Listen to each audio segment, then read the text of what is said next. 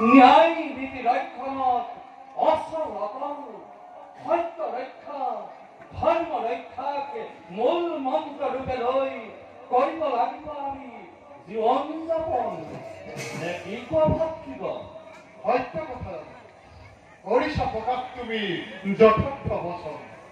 সত্য ৰক্ষা ধৰ্ম ৰক্ষা সৰ্বত্ৰ সৰ্বদাই কৰ্তব্য।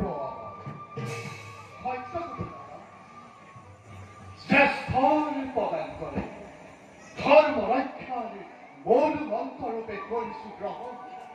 কৰিছো আমি সাৰ্থক জীৱন ধৰ্মৰ মৰ্যাদা ৰক্ষা কৰি। জ্যেষ্ঠ জাত ধৰ্মৰ পূজাৰী অনুগত ভাতৃমাতৃ আমি জ্যেষ্ঠৰ আদৰ্শ পদে পদে আমি কৰিছো গ্ৰহণ। নাই তাত চিন্তা বিন্দু মানে সমগ্ৰ পৃথিৱী যদি দ্ৰৱীভূত হৈ অধৰ্মৰ কৰাৰ গ্ৰহতে তথাপিতো অধৰ্ম সত্যকে পশ্যই নিজেও কদাপি ধর্ম ধর্ম ধর্ম কেবল ধর্মর কথা কিয় কথা আমি দাদা বিকুমার তোমার মুখত এনে দায়িত্ব নহয় শুভ। সারা রাত ধর্ম মৃত্যুস্য ধর্ম ধারয়তে পচা অধর্ম অভিত্ত করিছে সমস্ত জগৎ। ধর্ম অধর্মকে করিছে বিনাশ প্রতি দুঃখমতে। সত্য কথা পৰিৱেশ পৰিস্থিতিত যেতিয়া অধুন্নতি অভ্যুত্থান হয় যদিও যথা ধৰ্ম তথা জয় ক্ষতিয়াবকে।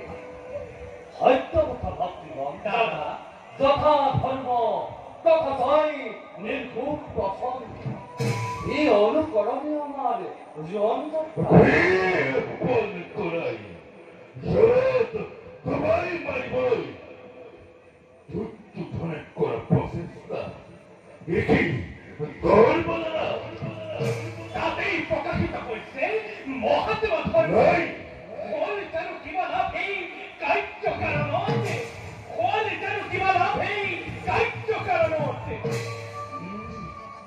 সত্য সহদেৱ কৰিছা প্ৰকাশ তুমি যথাৰ্থ বচন। দাদা এই কাৰ্যৰ যোগেদি আশীৰ্বাদ পালন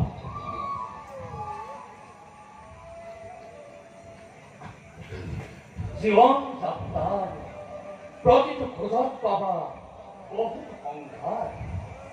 অপ্ৰয়াসে অতিক্ৰমী পথ কণ্টকৰ অৱশেষে পাবা সুখৰ অবিয়া। আৰু সেই কোনো ক্ষেত্ৰত